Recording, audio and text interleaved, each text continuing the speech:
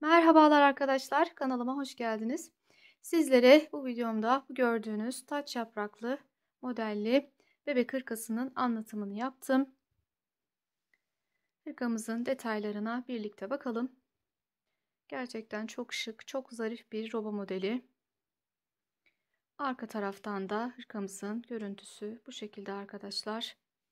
Hırkamın bedeni 1-1,5 yaş aralığı için uygun. Hemen sizlerle ölçülerini paylaşıyorum. Beden genişliğimiz 28 santim. Hırkamızın boyu da 34 santim. Hırkamı örmek için yaklaşık 2 yumak Alize Baby Best kullandım. İpim 100 gramı 240 metre uzunluğunda anti-peeling özellikle bir bebek ipi. Aynı renkte yani krem rengi olarak örmek isteyen arkadaşlar için renk numarası 450. Yaklaşık 2 yumak ip kullandım.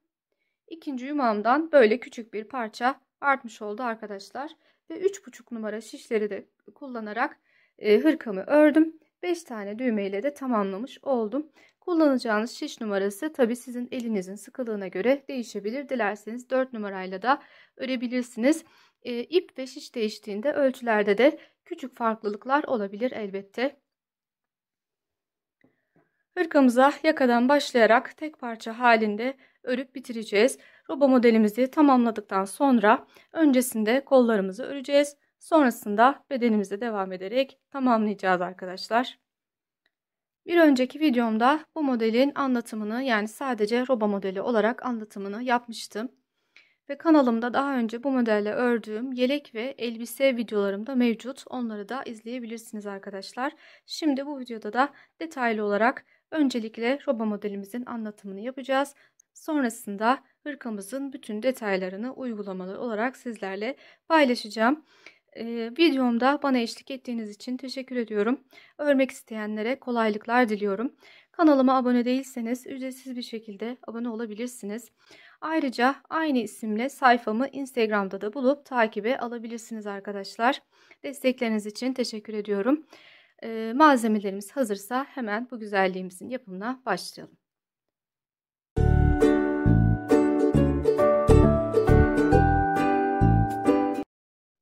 Hırkamızın yakası için şişimize 103 ilmek atarak başlayacağız.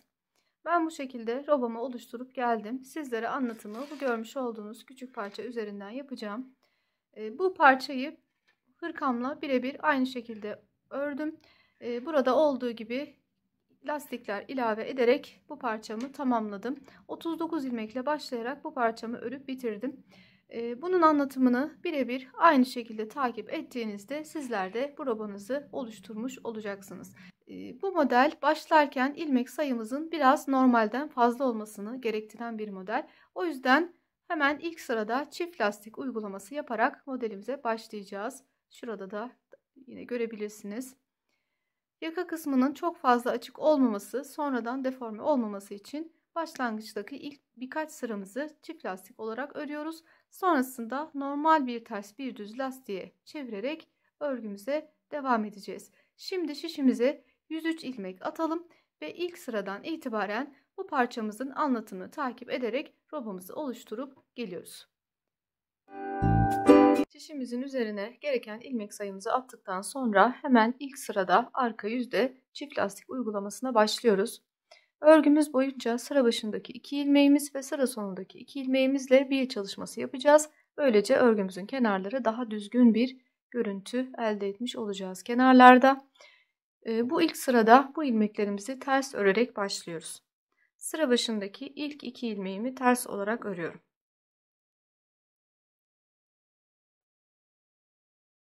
2 ilmek tersten sonra ipimi arkaya alıyorum ve 1 ilmek düz olarak örüyorum.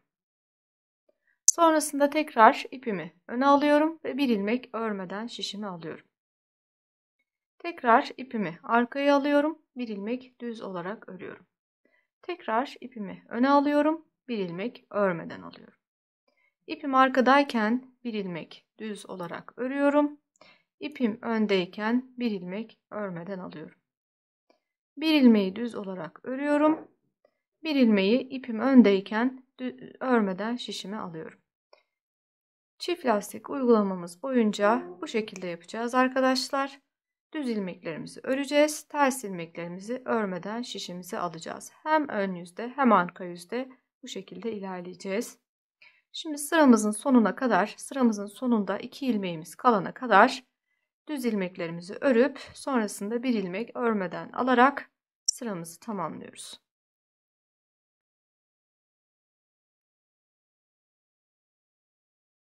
Sıramızın sonunda kenar biyesi için 2 ilmeğimiz kaldı.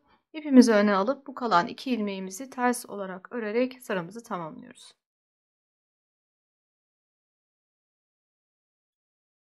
Ve ön yüze ikinci sıramıza geçiyoruz. Kenar biyelerimizi yaparken bu kenardaki ikişer ilmeklerimizi bir sırada örüp bir sırada örmeden ilerlemiş olacağız. Bu iki ilmeğimizi daima sıra başında bu şekilde örmeden şişimizi alacağız. Sıra sonunda öreceğiz.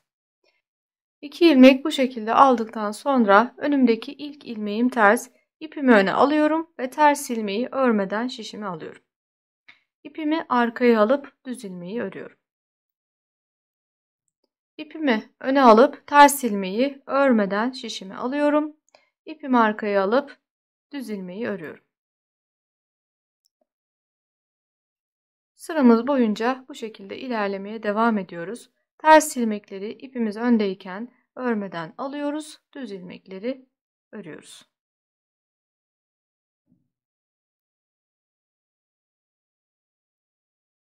Sıramızın sonunda 2 ilmeğimiz kalana kadar bu şekilde sıramızı örüyoruz.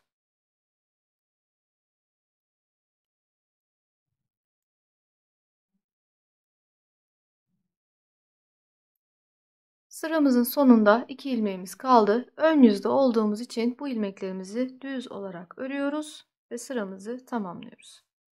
Arka yüze geçiyoruz. Sıra başında bu 2 ilmeğimizi örmeden şişimizi alacağız. Devamlı kenar biyesini bu şekilde yapacağız. Sıra başındayken bu ilmekleri örmeden alacağız. Sıra sonunda hangi yöndeysek, yani eğer örgümüzün ön yüzündeysek ilmeklerimizi düz olarak, eğer arka yüzdeysek bu ilmeklerimizi ters olarak örerek sıralarımızı tamamlayacağız. Şimdi örmeden şişimi alıyorum. Bu 2 ilmeğimi. İpimi arkaya alıyorum çünkü önümdeki ilk ilmeğim düz.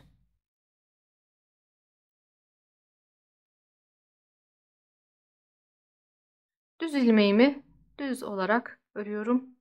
İpimi öne alıp ters ilmeği örmeden şişimi alıyorum. Düz ilmeklerimi örüyorum. Ters ilmeklerimi örmeden alıyorum. Çift lastik uygulamasını her iki yönde aynı şekilde örerek yapıyoruz. Daima düz ilmeklerimizi örüyoruz. Ters ilmeklerimizi örmeden alıyoruz.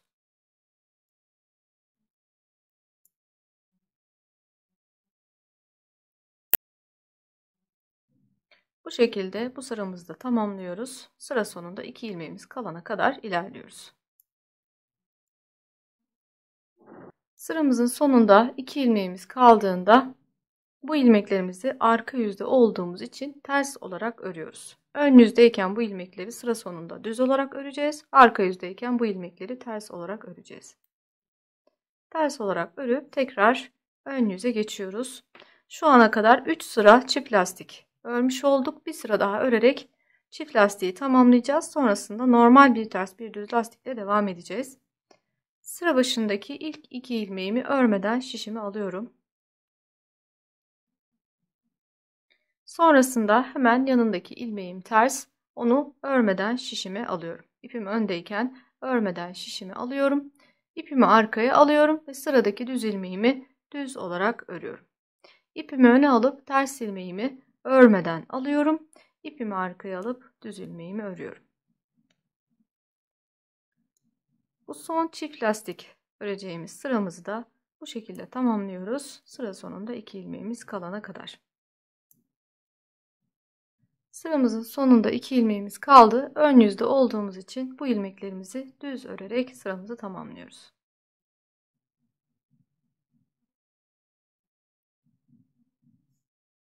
Ve bu şekilde 4 sıra çift lastik uygulamış olduk. Bundan sonra şimdi arka yüzdeyken Normal bir ters bir düze çevirerek devam edeceğiz. Şimdi ilk 2 ilmeğimizi örmeden şişimizi alarak başlıyoruz. Ve ilmek yönüne göre ilmeklerimizi örerek sıramızı tamamlıyoruz. Bir düz, bir ters, bir düz, bir ters. Bu şekilde sıramızı tamamlıyoruz. Sıramızın sonunda yine arka yüzde olduğumuz için son 2 ilmeğimizi, bir için olan ilmeklerimizi ters olarak örerek bu sıramızı tamamlayıp ön yüze geliyoruz. Önceki arka yüzde ilmeklerimizi normal bir ters bir düz lastiğe çevirerek tamamladık. Şimdi ön yüzde bundan sonra bir ters bir düz lastik olarak devam edeceğiz. Kenar biyelerimiz aynı şekilde olacak. Bu sırada sıranın sonuna geldiğimizde ilk iliğimizi de açacağız. Kız bebekler için ördüğümüz için sıramızın sonunda iliğimizi açıyoruz. Sıra başından ilk 2 ilmeğimizi örmeden şişimizi alıyoruz. Sonrasında bir ters bir düz örerek devam ediyoruz. Sıramızın sonunda 5 ilmeğimiz kalana kadar örüp devam ediyoruz.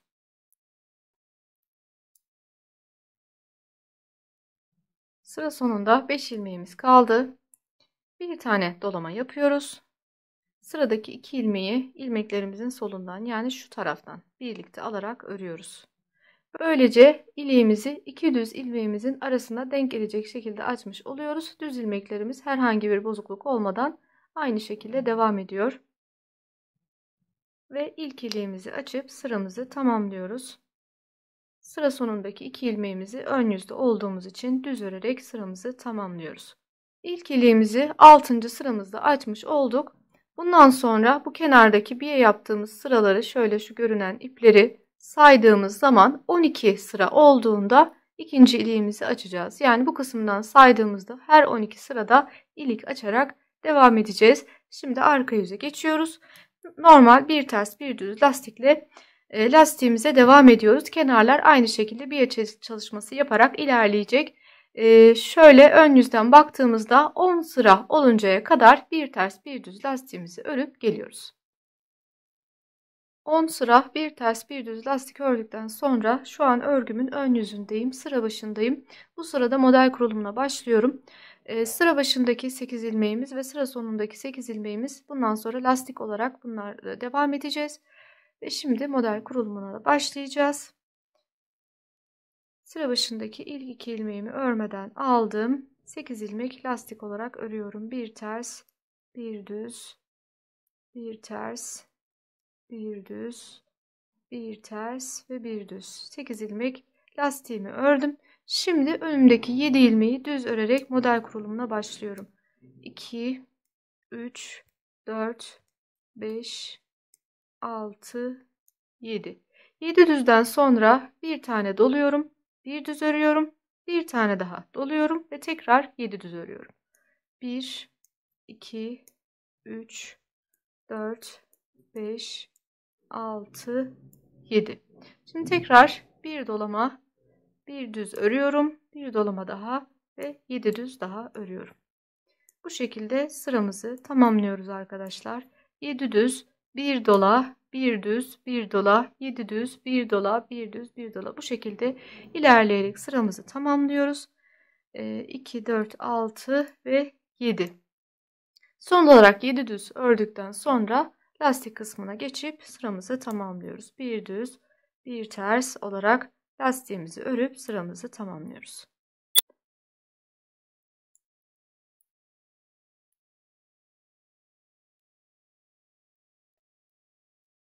Ve arka yüze geçiş yapıyoruz. Arka yüzde hemen sıra başındaki 2 ilmeğimizi örmeden aldık. Kenar lastiğimizi örüyoruz. 8 ilmek lastik.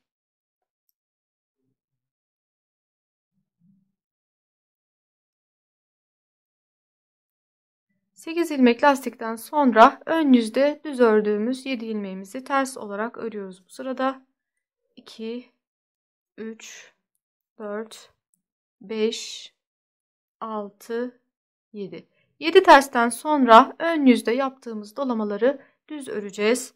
7 ters dolamayı bir düz, sonrasında ön yüzde yine düz olarak ördüğümüz bir ilmeği ters örüyoruz. Sonra tekrar bir düz daha örüyoruz. Böylece bir motif aslında tamamlamış oluyoruz. Tekrar 7 ters örüyoruz. 2, 3, 4, 5, 6, 7. 7 tersten sonra bir düz, bir ters, bir düz örüyoruz. Bu şekilde sıramızı tamamlıyoruz. Sıra sonunda 7 ilmeğimizi yine ters olarak örüyoruz.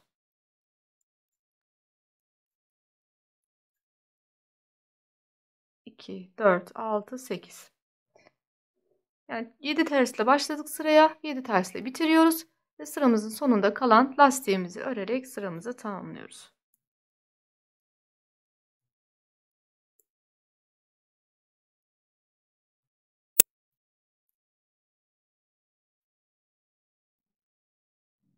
Bu şekilde arka yüzü tamamladıktan sonra tekrar ön yüze geliyoruz.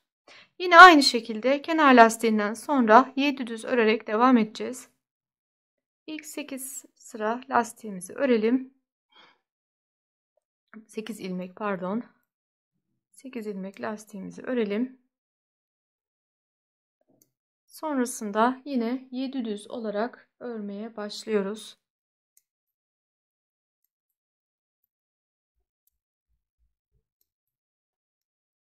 7 düz ördükten sonra 2, 4, 6, 7. Evet. 7 düz ördükten sonra yine bir tane daha dolama yapıyoruz. Ve önümüzdeki ters ilmeği ters olarak örüyoruz. Düz ilmeği düz olarak örüyoruz. Tekrar ters ilmeği ters olarak örüyoruz. Ve bir dolama daha yapıp tekrar 7 düz örmeye başlıyoruz. Buraya kadar bir motif tamamlamış oluyoruz. 7 düz.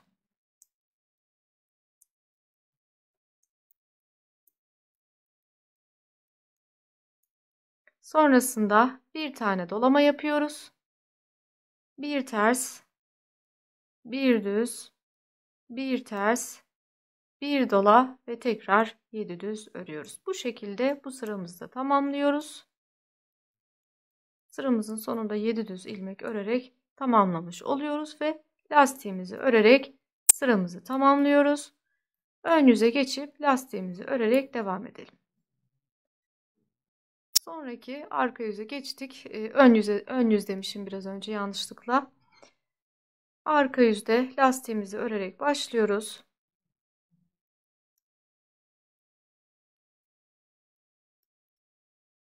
Sekiz ilmek lastikten sonra yine önümüzdeki 7 ters ilmeği ters olarak örüyoruz.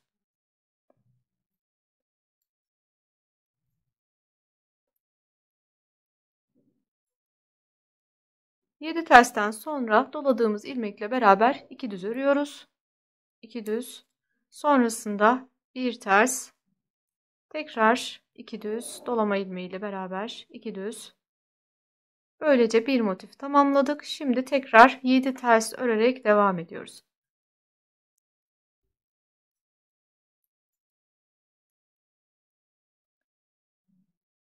Yedi ters ördükten sonra tekrar doladığımız ilmekle beraber 2 düz örüyoruz. Sonrasında bir ters ve tekrar 2 düz örüyoruz. Ve başa dönüp 7 ters örüyoruz. Bu sıradaki takip edeceğimiz şema bu şekilde olacak. Sıramızın sonunda son olarak 7 tersimizi ördükten sonra lastiğimizi örüp sıramızı tamamlıyoruz.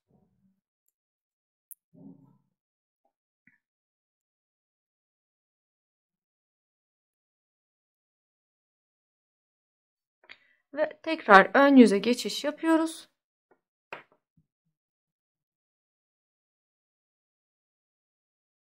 Şimdi bu sırada dolama, artırma yapmadan ilerleyeceğiz.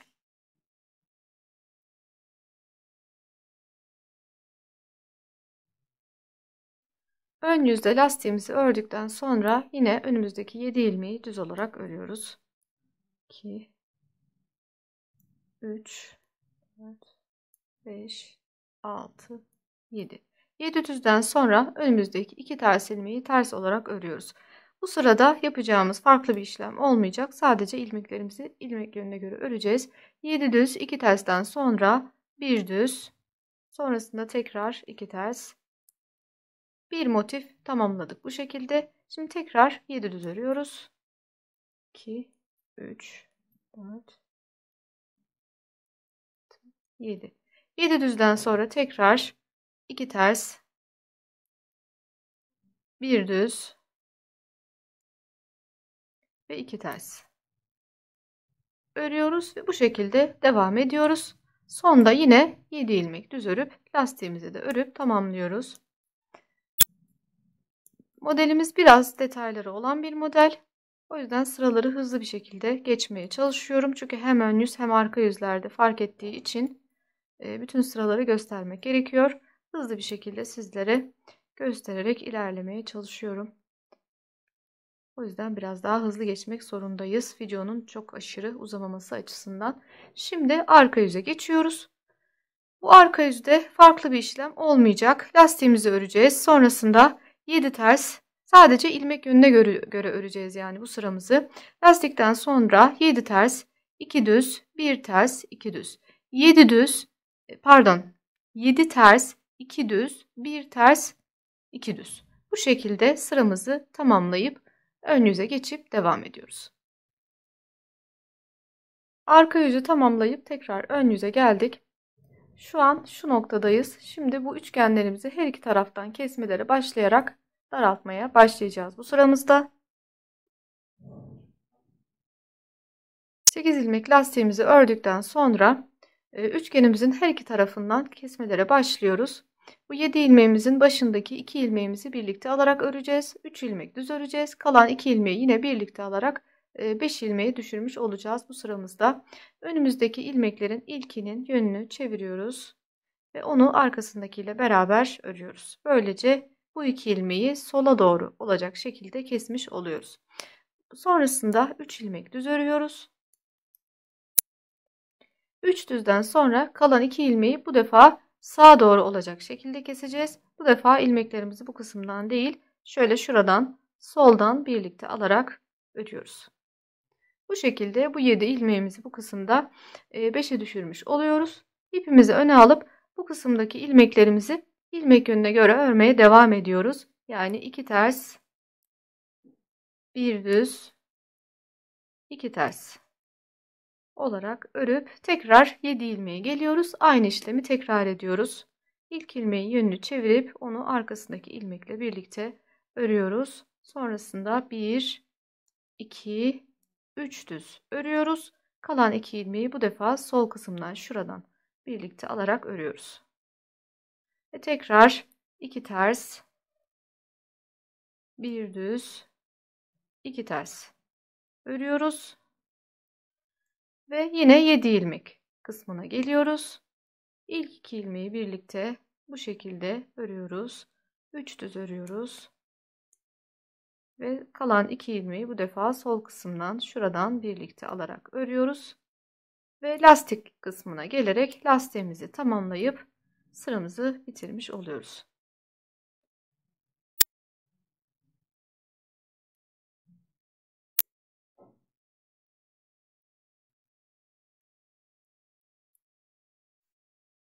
Arka yüze geçtiğimizde bu sırada da yine farklı bir işlem yapmayacağız.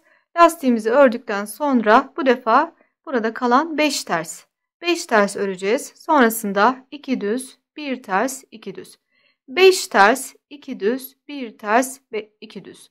Bu şekilde bu sıramızı tamamlayacağız. Sadece ilmek yönüne göre ilmeklerimizi örüp sıramızı tamamlayıp tekrar ön yüze geliyoruz. Tekrar ön yüze geldik. Lastiğimizi ördükten sonra bu 5 ilmeğimizi bu sırada 3 ilmeğe düşürerek devam edeceğiz. Ama bu sırada kenarlarında dolamalar yaparak ilerleyeceğiz. Ve bu sırada şu üzerine yaprak kurulumunu yapacağımız bir düz ilmeğimizin kenarlarında da yine dolamalar yaparak yaprağımızı bu sırada oluşturmaya başlayacağız. Şimdi lastiğimizi 8 ilmek lastiğimizi ördükten sonra bir tane dolama yapıyoruz. Önümüzdeki ilmeğin yönünü çevirip onu arkadaki ilmekle birlikte örüyoruz. Sonrasında bir ilmek düz örüyoruz ve bu üçgenimizin tepesinde kalan son 2 ilmeğimizi ilmeklerimizin solundan şuradan birlikte alıyoruz. Bu sırada 5 ilmeği 3 ilmeğe düşürmüş oluyoruz.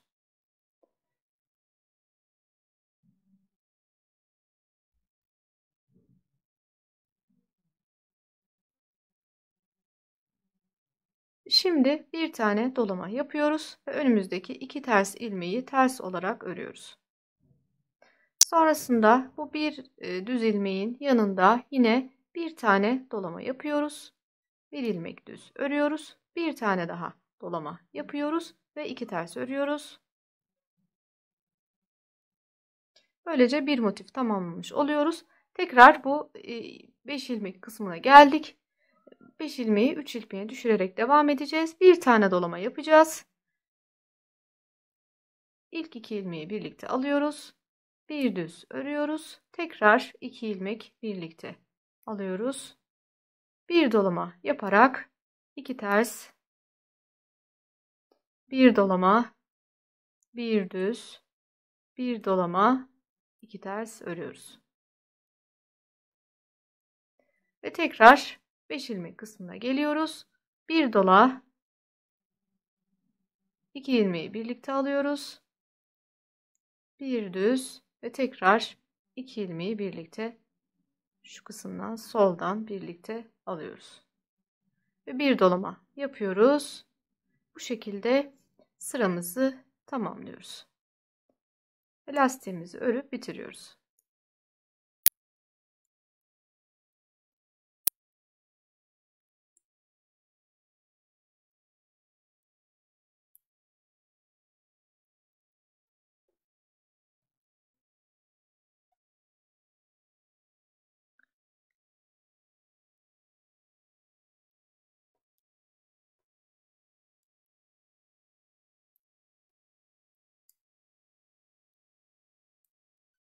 Arka yüze geçip lastiğimizi ördükten sonra önümüzdeki doladığımız ilmeği düz olarak örüyoruz.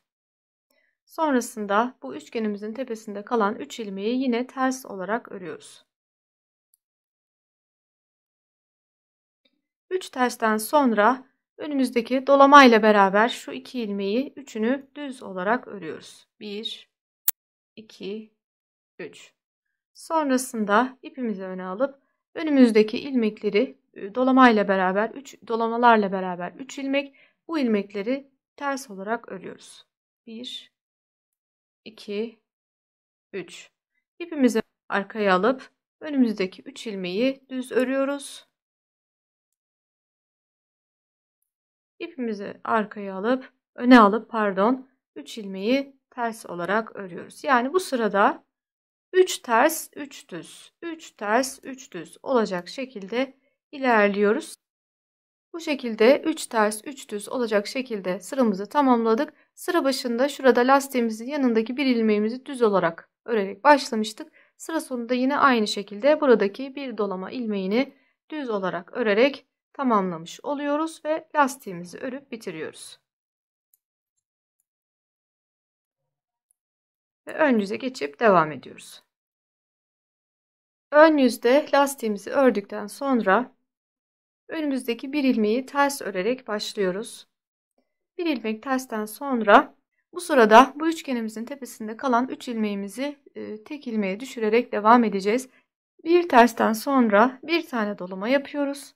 Önümüzdeki 3 ilmeğin bir tanesini ilkini örmeden şişimizi alıyoruz. Sonda kalan 2 ilmeği ilmeklerimizin solundan şuradan birlikte alarak örüyoruz.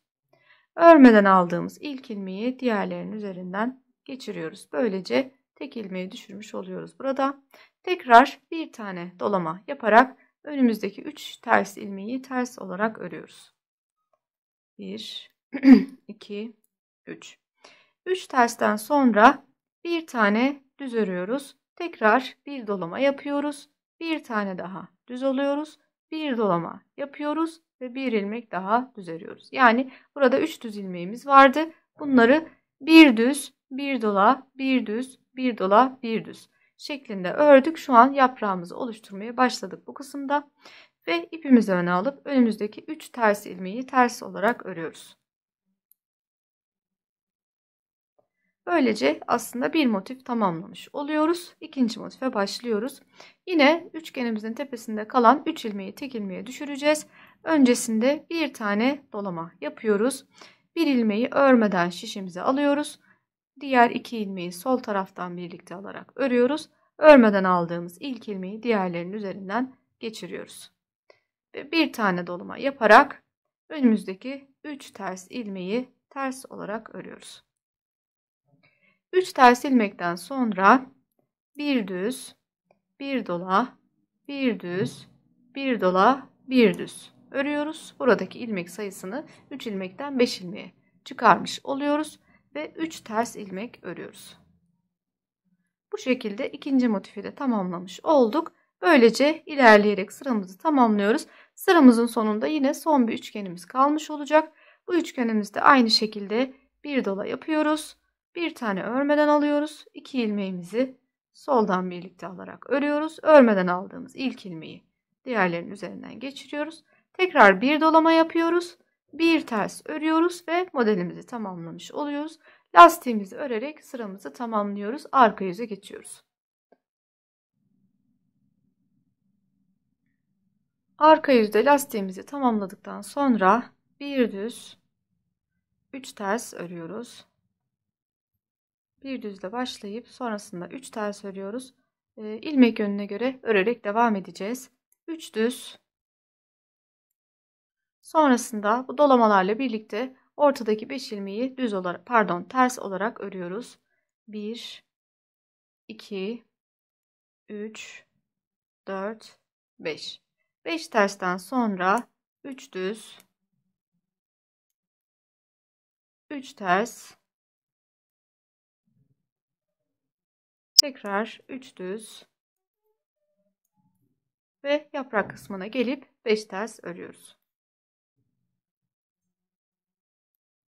Yani bu sırada da aslında ilmek yönüne göre ilmeklerimizi örüp tamamlamış oluyoruz. 5 tersten sonra tekrar 3 düz, 3 ters, bu üçgenimizin tepesindeki dolamalarla birlikte oluşturduğumuz ilmekleri ters olarak örüyoruz. Sıramızın sonundaki bir düz ilmeğimizi yine düz olarak örerek lastiğimizi örüp sıramızı tamamlayıp ön yüze geçiyoruz.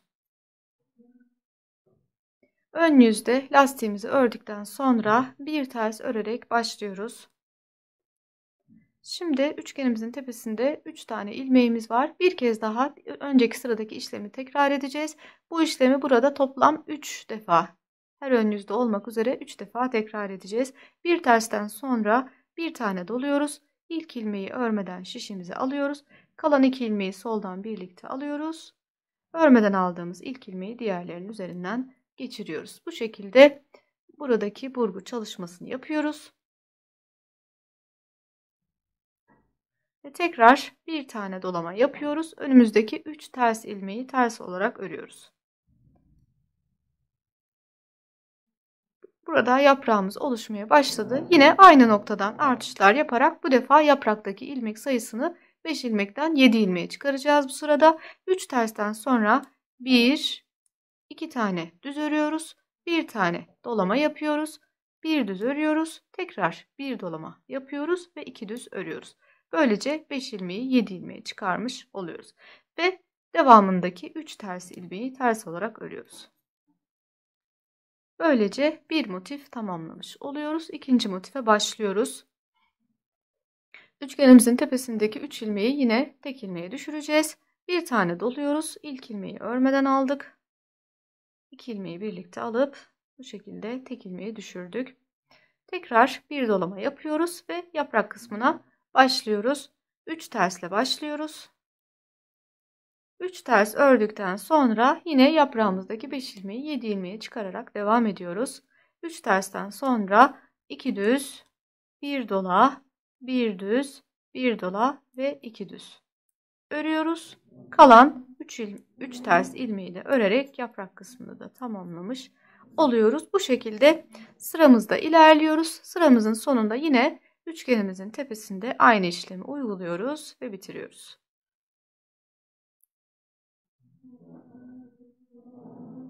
Bir ters örüyoruz son olarak ve lastiğimizi örerek ön yüzü tamamlıyoruz. Arka yüze geçiyoruz.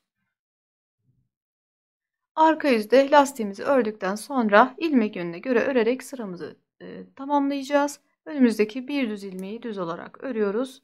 Önümüzdeki dolamalarla beraber 3 ilmeği ters olarak örüyoruz. Bir düzden sonra 3 ters, sonrasında 3 düz,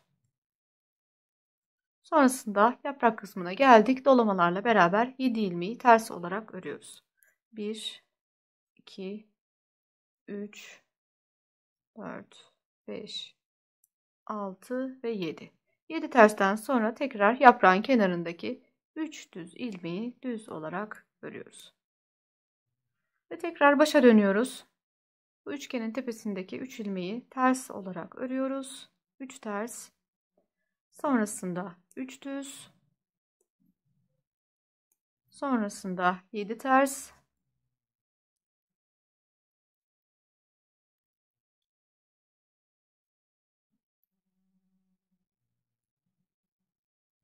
Ve 3 düz örüyoruz.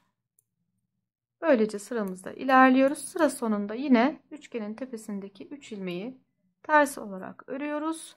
Yanında bir tane düz örüyoruz ve modelimizi tamamlamış oluyoruz. Lastiğimizi örüp sıramızı tamamlıyoruz. Ön yüze geçiyoruz. Ön yüzde lastikten sonra bir ters örerek başlıyoruz. Şimdi bu üçgenimizin tepesinde son bir kez burgu işlemi yapacağız. Bundan sonra bu kısmı düz örerek ilerleyeceğiz. Bir tane dolama yapıyoruz. Önümüzdeki 3 ilmeği tek ilmeğe düşürüyoruz.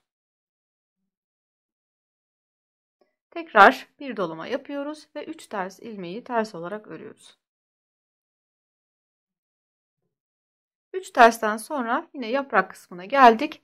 Bir kez daha yaprakta artırmalar yapacağız. Şu anki 7 ilmeğimizi 9 ilmeğe çıkaracağız. Önümüzdeki 3 ilmeği düz olarak örüyoruz. 3 düzden sonra son bir kez burada dolama yapıyoruz.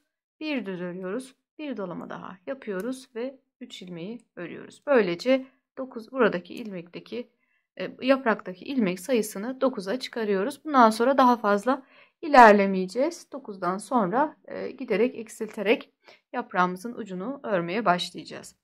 9 ilmek yaprağımızı oluşturduktan sonra 3 ters örüyoruz ve buraya kadar bir motif tamamlamış oluyoruz. İkinci motife başlıyoruz. Yine üçgenimizin tepesindeki 3 ilmeği bir ilmeğe düşürüyoruz. Bir doluyoruz. 3 ilmeği tek ilmeğe düşürüyoruz. Tekrar bir doluyoruz ve 3 ilmek ters örüyoruz. 3 tersten sonra yine yaprağımıza geldik. 1, 2, 3 düz örüyoruz. Bir doluyoruz. Bir örüyoruz. Bir doluyoruz ve 3 düz daha örüyoruz. Ve yaprağımızdan sonraki 3 ters ilmeğimizi de örüyoruz. İkinci motifi de tamamladık. Bu şekilde sıramızda ilerleyerek devam ediyoruz.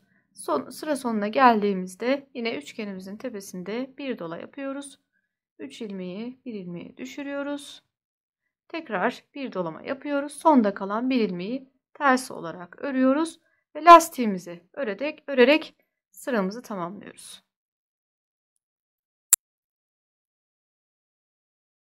Ön yüzü örüp tekrar arka yüze geldik. Arka yüzde lastiğimizi ördükten sonra hemen ilk ilmeğimizi düz örerek başlıyoruz. Bu sırada da yine aynı şekilde ilmek yönüne göre örerek devam edeceğiz. Önümüzdeki dolamalarla beraber 3 ilmeği ters olarak örüyoruz. Bir düzden sonra 3 ters örüyoruz. Sonrasında 3 düz ilmeği düz olarak örüyoruz. Ve yaprağımızda oluşturduğumuz 9 ilmeğimizi ters olarak örüyoruz.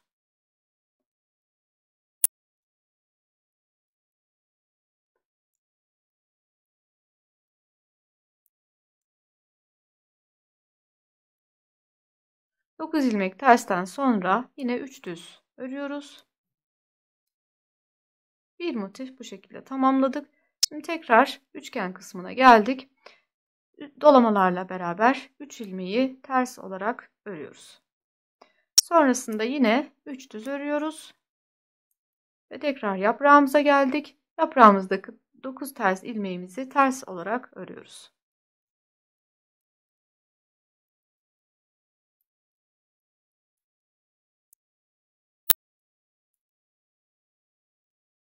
Sonrasında 3 düz ve son olarak sıra sonunda üçgen tepesinde 3 ters ve 1 düz örerek modelimizi tamamlıyoruz. Lastiğimizi de örerek sıramızı tamamlayıp ön yüze geçiyoruz. Arka yüzü örüp tekrar ön yüze geldik. Lastiğimizi ördük. Bu sıradan itibaren artık bu üçgenimizin üstündeki ilmekleri düz örerek devam edeceğiz. Baştan beri bu kısımda ters olarak ördüğümüz bir ilmeği bu sırada düze çevirerek ilerleyeceğiz. Yani lastikten sonra önümüzdeki ilk 4 ilmeği düz örerek başlıyoruz. 1, 2, 3, 4. 4 ilmekten sonra, düzden sonra bu kısımda yine bir tane dolama yapıyoruz ve önümüzdeki 3 ters ilmeği ters olarak örüyoruz. Bu kısımda bu 3 ters ilmeğin önünde ve sonunda her zaman bir dolama yaparak ilerleyeceğiz. 3 tersten sonra yaprağımıza geldik. Yaprağımızı bir önceki sıramızda 9 ilmeği çıkarmıştık. Bu sırada eksiltme veya artırma yapmadan sadece 9 ilmek düz olarak örerek devam ediyoruz. Yaprağımızı 9 ilmek düz örüyoruz.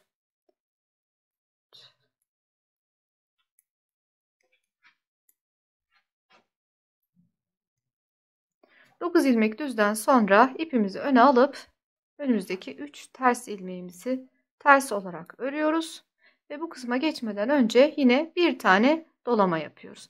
Daima buradaki 3 ters ilmeklerin yanında birer dolama olacak. Bu şekilde ilerleyeceğiz. Bir dolamadan sonra şimdi üçgenimizin tepesindeki 3 ilmeğimizi düz olarak örüyoruz. 1, 2, 3. 3 düzden sonra tekrar bu ters ilmekler kısmına geçerken bir tane dolama yapıyoruz. 3 tersimizi örüyoruz. Tekrar yaprağımıza geldik. 9 düz olarak örüyoruz.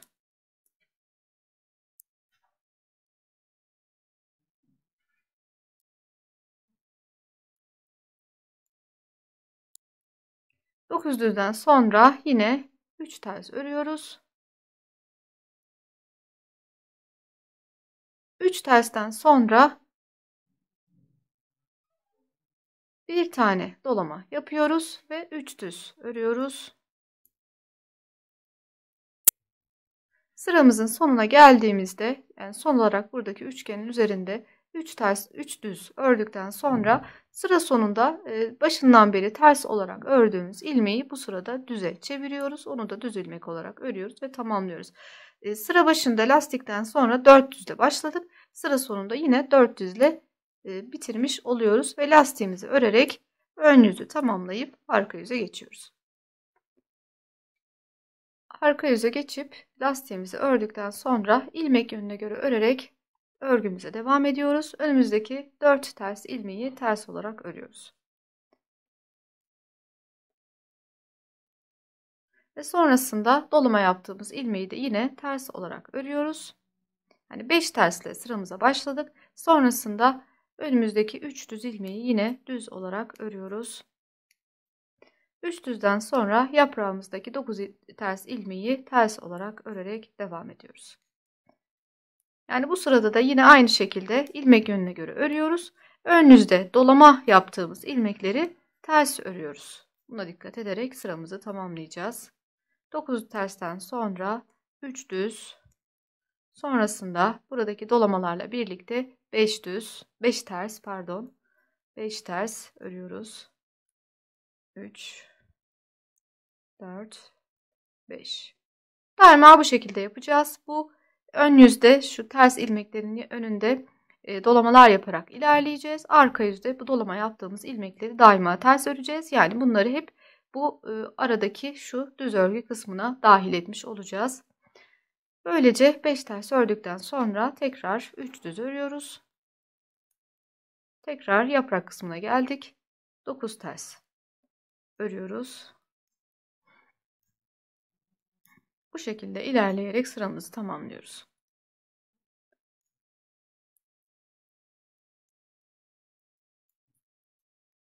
Sıramızın sonuna geldiğimizde doladığımız ilmekle beraber 5 tane ters örerek tamamlamış oluyoruz. 2, 3, 4, 5 ve lastiğimizi de örerek arka yüzü tamamlayıp tekrar ön yüze geliyoruz. Ön yüzde lastiğimizi ördükten sonra önümüzdeki düz ilmekleri örerek başlıyoruz. 2, 3, 4, 5. 5 düz ördükten sonra bir tane dolama yapıyoruz ve 3 ters ilmeğimizi örüyoruz. Ve yaprak kısmına geliyoruz. Yaprağımızın bu sırada her iki tarafından eksiltmeler yaparak üstteki sivri kısmını oluşturmaya başlayacağız.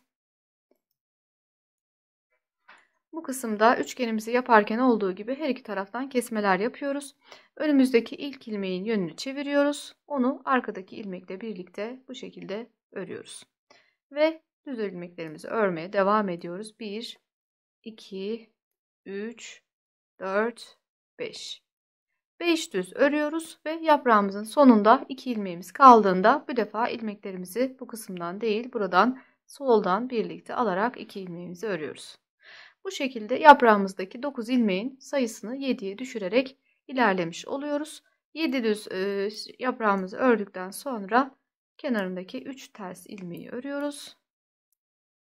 Ve 3 tersten sonra buradaki aradaki düz örgü kısmına geçerken bir tane dolama yapıyoruz. 1, 2, 3, 4, 5.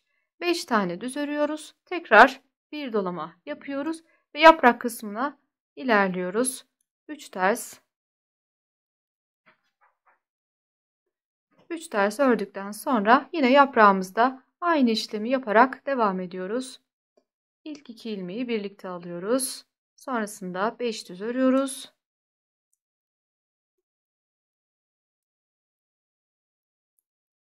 500 ilmekten sonra yaprakta kalan son 2 ilmeği sol kısımdan birlikte alarak örüyoruz. Ve tekrar 3 ters örerek bu kısmı tamamlıyoruz. Terslerden sonra düz örgü kısmına geçerken bir tane dolama yapıyoruz. Ve sıra sonundaki düz ilmeklerimizi örerek toplam 5 tane burada tamamlamış oluyoruz. Bu şekilde sıramızı tamamlıyoruz. Lastiğimizi örüp arka yüze geçerek devam ediyoruz. Arka yüze geçtiğimizde lastikten sonra ilmek yönüne göre örerek devam ediyoruz. Bir farklılık yok aslında. Yine aynı şekilde yapacağız. Önceki sıralardaki gibi. Bu sırada da şu dolama yaptığımız ilmekleri ters olarak öreceğiz. Yani bunları buradaki 3 düz örgü kısmına değil, şu aralardaki ters örgü kısımlarına dahil ederek ilerlememiz gerekiyor. Anlattığım şekilde sıramızı tamamlayarak ön yüze geçiyoruz. Sonraki ön yüze geldik. Artık modelimiz kendini göstermeye başladı. Bundan sonraki sıralarda yine yapraklarımızı iki taraftan daraltarak ilmek sayılarını azaltarak ilerleyeceğiz. En son bir ilmeğe düşüreceğiz.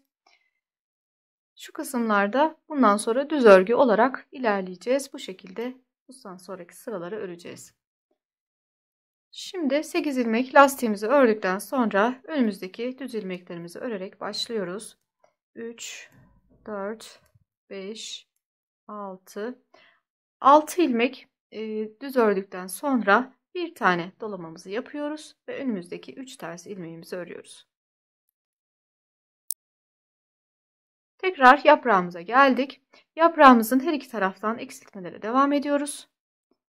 İlk 2 ilmeği birlikte sola doğru kesiyoruz. Sonrasında 1, 2, 3 ilmek düz olarak örüyoruz. Yaprağımızda kalan son 2 ilmeğimizi de sol kısımdan birlikte alarak sağa doğru kesme yaparak 5 ilmeğe şu an yaprak tepesindeki ilmeklerimizi 5 ilmeğe düşürmüş oluyoruz ve 3 ters ilmeğimizi örerek devam ediyoruz. Böylece bir motifi tamamlamış oluyoruz. İkinci motife başlıyoruz.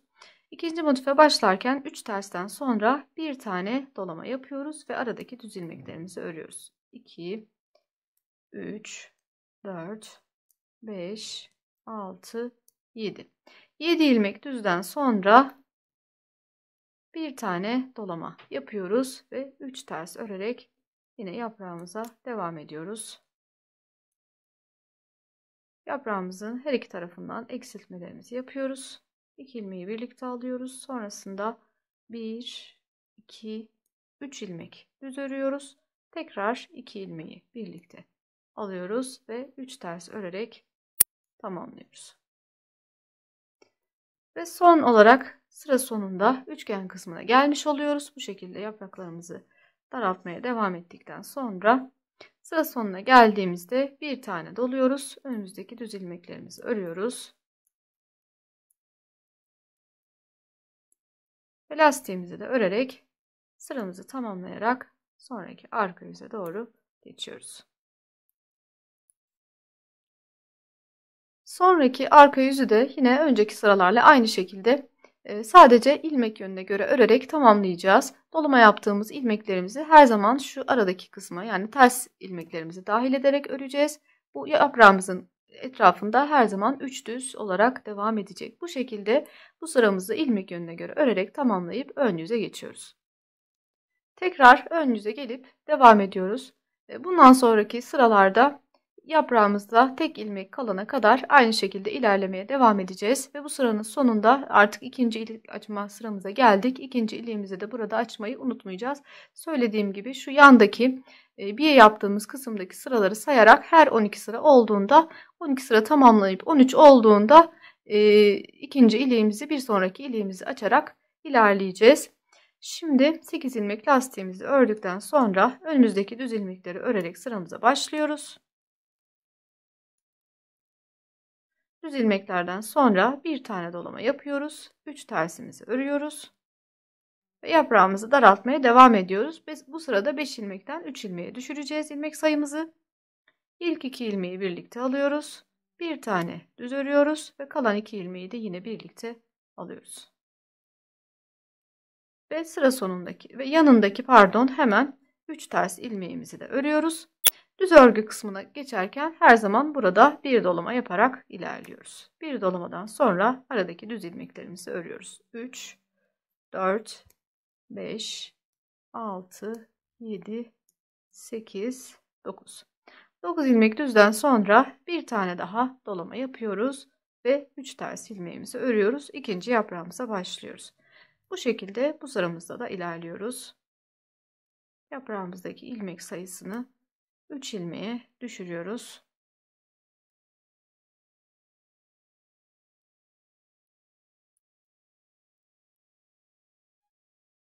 Düz örgü kısmına geçerken yine dolamamızı yaparak sıra sonunda düz ilmeklerimizi örerek tamamlıyoruz.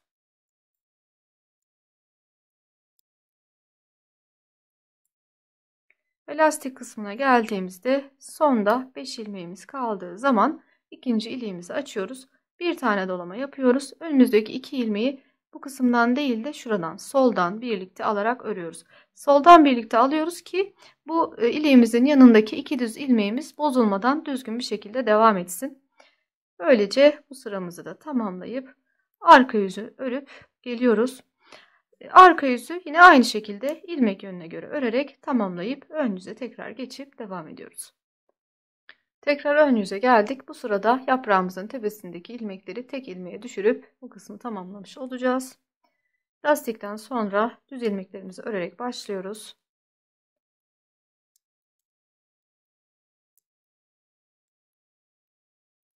Düz ilmeklerden sonra bir dolama yapıyoruz. Önümüzdeki 3 tersi örüyoruz.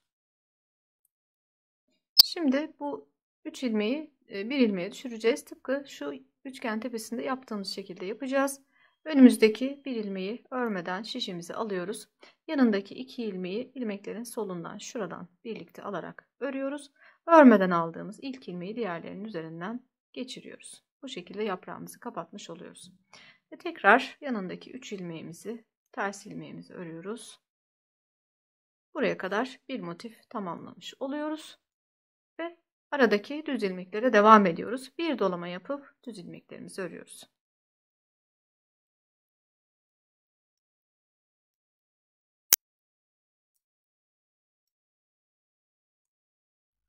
Aradaki düzlerden sonra bir dolama yaparak tekrar 3 ters örüyoruz ve ikinci yaprağımıza geliyoruz. Aynı şekilde onu da tepe kısmını kapatıyoruz. Ve 3 ters örerek tamamlıyoruz. Bu şekilde sıramızda ilerliyoruz. Sıra sonunda yine düz ilmeklerimizi örerek tamamlamış oluyoruz sıramızı. Düz ilmeklerimizi ördükten sonra lastiğimizi de örüp sıramızı tamamlayıp arka yüze geçiyoruz. Arka yüze geçtiğimizde yine aynı şekilde ilmek yönünde örmeye devam edeceğiz. Bakın şöyle büyük bir kısmı oluştu şu an motifimizin.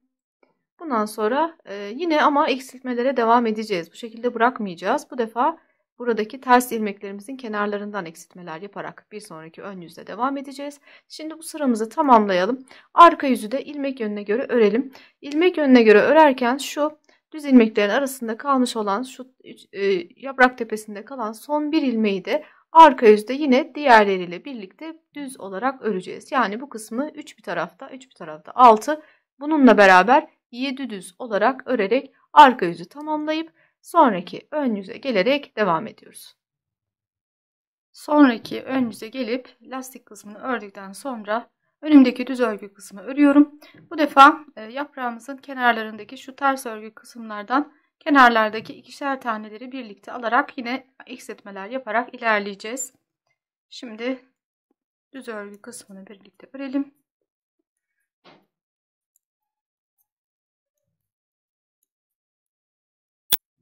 Ters örgü kısmına geçmeden önce bir tane dolamamı yapıyorum. Önümdeki iki ilmeğin birlikte ters olarak örüyorum. Sonrasında 1, 2, 3. 3 ters ilmek daha örüyorum ve kalan 2 ters ilmeği yine birlikte ters alarak örüyorum.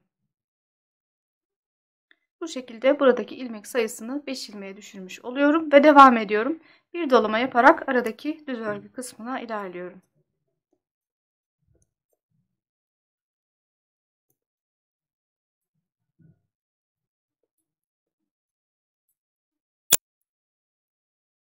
Yaprak kısmına geldiğimizde aynı işlemi tekrar ediyoruz. Öncelikle dolamamızı yapıyoruz. Bu ters ilmeklerin önündeki 2 ilmeği öncelikle birlikte alıyoruz. 1, 2, 3 ilmek ters örüyoruz. Kalan 2 ters ilmeği yine birlikte alıyoruz. Ve dolama yaparak düz ilmekleri örmeye devam ediyoruz. Bu sıramızı da bu şekilde tamamlıyoruz. Arka yüzde ilmek yönüne göre ilmeklerimizi örerek tekrar ön yüze gelip devam ediyoruz.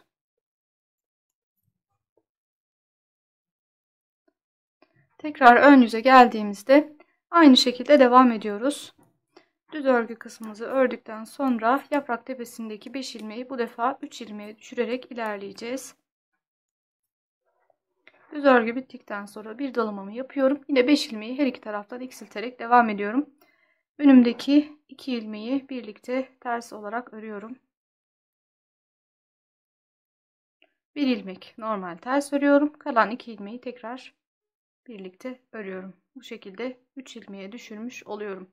Ve dolamamı yaparak düz örgü kısmına ilerliyorum. Diğer yaprağımın tepesine geldiğim zaman aynı şekilde aynı işlemi uygulayarak bu şekilde bu sıramı da tamamlıyorum.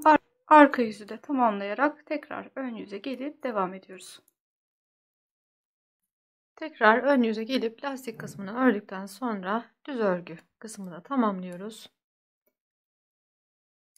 Bu sırada artık son kalan ilmeklerimizi de kapatacağız. Yaprağımızın tepesinde kalan. Düz örgü kısmını tamamladıktan sonra bir tane dolama yapıyoruz. Yaprağımızın tepesinde son 3 ilmeğimiz kaldı. Bu 3 ilmeğimizi üçünü birlikte alarak örüyoruz. Ve tekrar bir dolama yaparak düz örgü kısmına devam ediyoruz.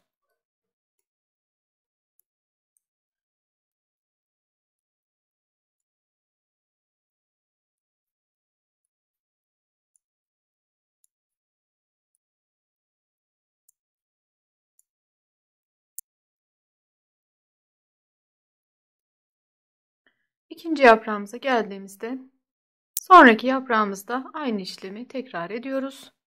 Bir tane dolama yapıyoruz. Önümüzdeki 3 ilmeği birlikte alarak ters olarak örüyoruz.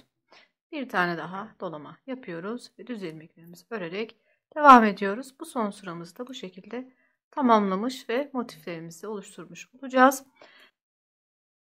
Bu sıramızı da bu şekilde tamamladık ve artık robamızı oluşturmuş olduk.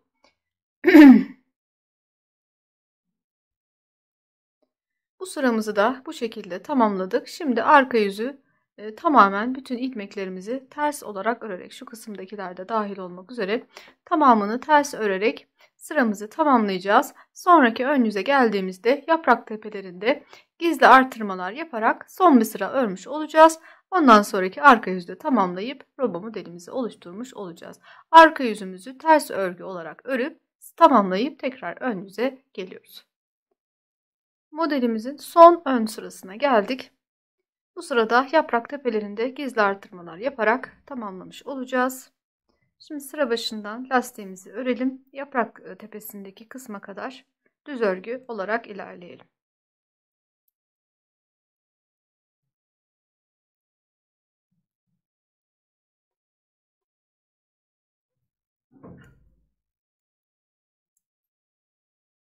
Bu yaprağımızın tepesindeki bir ilmeğe geldiğimiz zaman bunun her iki tarafından birer gizli artış yaparak ilerleyeceğiz. Bu ipimizin, bu ilmeğimizin hemen altındaki şu iplerini alarak gizli artırmalarımızı yapacağız. Buradan bu ipi bu şekilde alıyorum. Şişimin üzerine takıyorum ve bunu örüyorum. Sonrasında bu ilmeğimi örüyorum. Bir tane de bu taraftan alacağım. Hemen altındaki ipi, şuradaki ipi alıyorum. Bunu da düz olarak örüyorum ve devam ediyorum. Bu şekilde buradan 2 ilmek artırma yapmış oluyorum.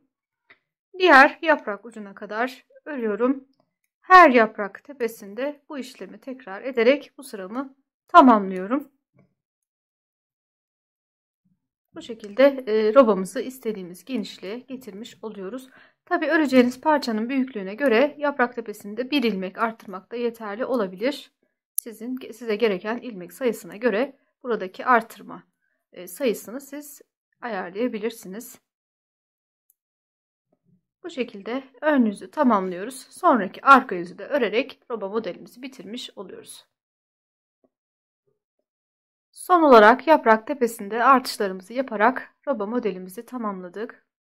Söylediğim gibi bu kısımdaki artışlarınızı sizin örgünüzün boyutuna göre ayarlayabilirsiniz. Burada gerekirse 1, gerekirse 2 artırma yaparak ilerleyebilirsiniz. Roba modelimiz bu şekilde ortaya çıktı, tamamlandı arkadaşlar. Arkadaşlar şimdi sizlerle roba modelimizi bitirdikten sonraki kısımdan devam edeceğiz. Videomun bu kısmında bir sorun çıktı ve şu an bu kısmı sizlere tekrar gösteriyorum. O yüzden hırkanın bitmiş halini görmek sizleri şaşırtmasın. Ben kaldığımız yerden bu kısımda sözel olarak bütün gerekli bilgileri vererek anlatmaya devam edeceğim. Bu bölümden sonra uygulamalı olarak gösterdiğim kısımdan devam edeceğiz. Şimdi şu an roba modelimizi tamamladık ve şişimizin üzerinde 241 ilmeğimiz var. İlmeklerimizin ayrımlarını, beden ayrımlarımızı şu şekilde yapıyoruz. Önlerimiz için 35 ilmek, kollarımız için 53 ilmek ve arka parçamız için de 65 ilmek olarak parçalarımızı ayırıyoruz. Örgümüzün ön yüzündeyken şu kısımdan, şimdi robamızı bitirdikten sonra örgümüzün ön yüzünde şu kısımdan ilk ön parçamızı örmeye başlıyoruz. 35 ilmek ilk parçamız için ördükten sonra kolumuza devam ediyoruz. 53 ilmek kolumuz için örüyoruz. 53 ilmeği tamamladığımızda, yani şu kısma geldiğimizde buradan geri dönüş yaparak kolumuzu örmeye devam ediyoruz. Öncelikle kollarımızı öreceğiz. Sonrasında bedene devam edeceğiz. İlk kolumuza bu şekilde başladıktan sonra bir süre düz örgü olarak herhangi bir işlem yapmadan kolumuzu öreceğiz. Yaka kısmından itibaren, şuradan itibaren ölçtüğümüzde kol boyumuz 32 santim olana kadar kolumuzu düz örgü olarak öreceğiz. Kol ucuna geldiğimiz zaman aralarda eksiltmeler yaparak sonrasında lastiğimize geçiş yapacağız. 32 santim olduğunda kol boyumuz, ön yüzdeyken eksiltmelerimizi şu şekilde yapacağız. 5 ilmek öreceğiz. 2 ilmeği birlikte alacağız. 5 ilmek örüp sonrasında 2 ilmeği birlikte alacağız. Bu şekilde aralarda eksiltmeler yapmış olacağız.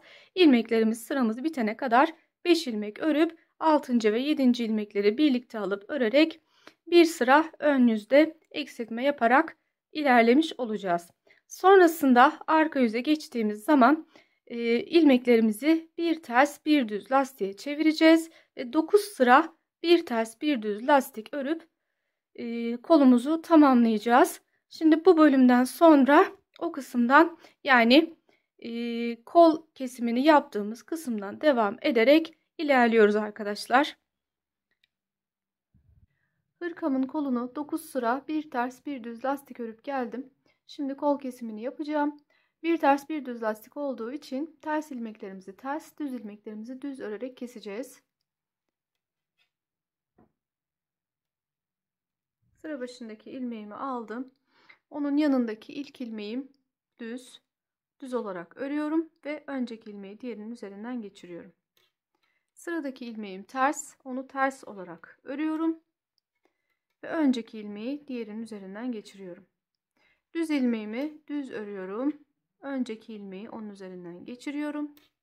Ters ilmeğimi ters örüyorum ve önceki ilmeği onun üzerinden geçiriyorum. Bu şekilde ilmeklerimi kapatıyorum. Düzleri düz örüp kesiyorum. Tersleri ters örüp kesiyorum.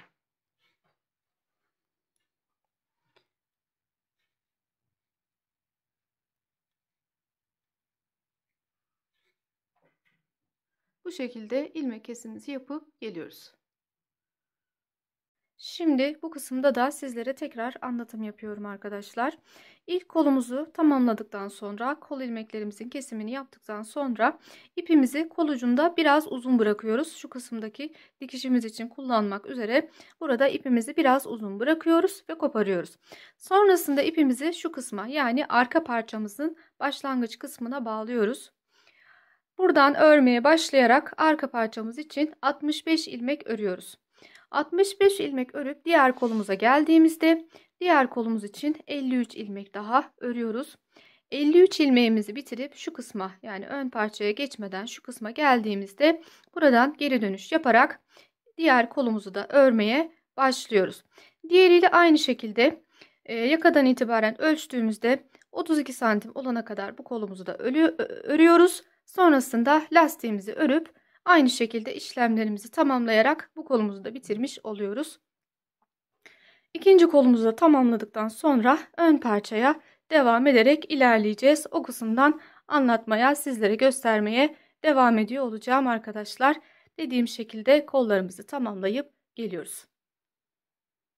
Hırkamın ikinci kolunu da tamamlayıp geldim. Yine dikiş yapmak için biraz ipimi uzun bıraktım. Sonrasında ipimi şu kısma, yani son kalan ön parçamın başlangıç noktasına, bu kısma bağladım. Buradan örerek sıramı tamamlayacağım. Bir sonraki sırada beden parçalarımı birleştirip bedenimi örmeye başlayacağım.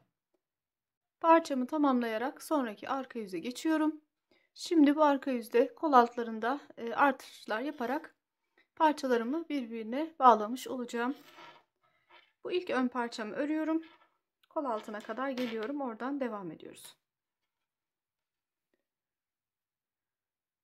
Ön parçayı örüp kol altına geldiğim zaman 2 ilmek artış yapacağım. İlmeklerimin bir tanesini bu kısımdan çıkaracağım. Bir tanesini bu kısımdan çıkaracağım. Böylece burada 2 ilmek artış yapmış olacağım. Şimdi bu taraftaki şu sıralarımızın ilk kenar iplerini, şöyle ilk sıranın iplerini buradan şişimizin üstüne alıyoruz. Ve onları örüyoruz. Bu şekilde burada görüntüyü de düzeltmiş oluyoruz. Şimdi bir tane de karşı taraftan, şuradan alacağız. Yine aynı şekilde buradaki sıralarımızın başlangıcındaki ilk sıranın iplerini şöylece şişimizin üzerine alıyoruz. Biraz böyle iplerimizi sıkıştırarak yapıyoruz. Bu şekilde bu kısmı birbirine bağlamış oluyoruz. Ve örgümüzde ilerlemeye devam ediyoruz. Arka parçayı ördükten sonra diğer kol altına geldiğimizde aynı işlemi tekrar ederek diğer ön parçamızı da bağlamış oluyoruz. Böylece beden parçalarımızı birleştirip bu sırayı tamamlamış oluyoruz. Hırkamızın beden parçalarını birleştirdik. Bundan sonra düz örgü olarak bedenimizi örmeye devam edeceğiz. Kollarda olduğu gibi yakadan itibaren ölçtüğümüzde 32 santim olana kadar örgümüzü öreceğiz. 32 santimi tamamladığımızda ön yüzdeyken ilmeklerimizi bir ters bir düz lastiğe çevireceğiz. 10 sıra bir ters bir düz lastik ördükten sonra kollarda uyguladığımız kesme tekniğini kullanarak ilmeklerimizi kapatacağız ve hırkamızı tamamlamış olacağız. Sırası geldikçe iliklerimizi açmayı da unutmayalım. Bu şekilde hırkamızı tamamlayıp geliyoruz. Tarif ettiğim şekilde bedenimi tamamlayıp geldim. Kollarda uyguladığım ilmek kapatma tekniğini kullanarak beden ilmeklerimi de kapatarak tamamlamış oldum. Düğmelerimi de dikip hazır hale getirdim. Şimdi geriye sadece kol dikişlerimizi yapmak kaldı. Muntazam bir dikiş tekniği kullanarak kol ilmeklerimizi birleştirmiş olacağız ve hırkamızı tamamıyla hazır hale getirmiş olacağız. Dikişimizi yapmaya başlamadan önce ipimizi şöyle bir esnetiyoruz. Kol ucunu da birleştirmemizi yapıyoruz.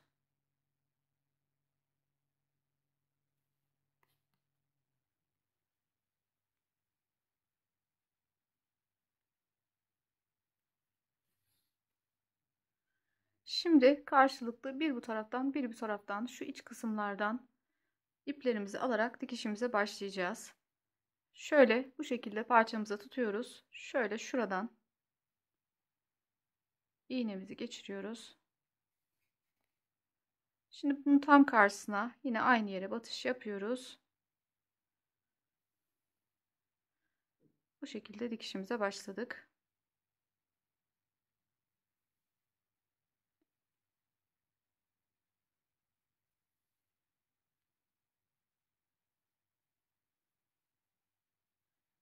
Şöyle daha net göstermeye çalışacağım sizlere. Bu şekilde yapıyoruz arkadaşlar. Bakın bir şöyle şuradan, bu aradan şöyle iğnemizi geçirdik. Şimdi de bunun tam karşısında şu kısımdan iğnemizi batırdık. Yine aynı şekilde karşılıklı alarak devam ediyoruz.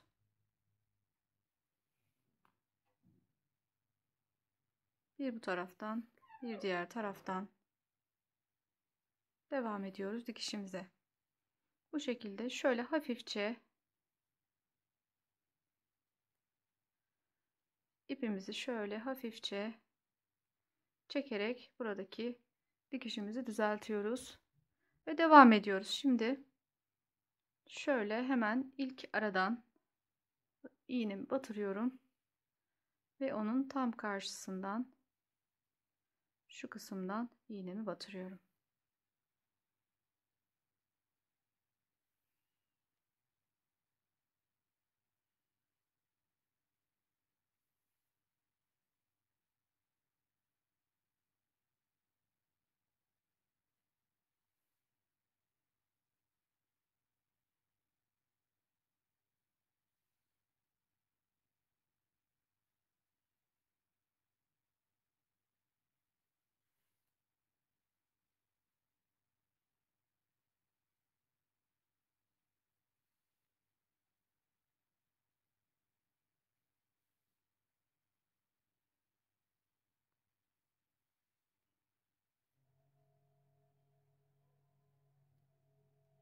Bu şekilde hafifçe ipimizi çektiğimizde bu kısımdaki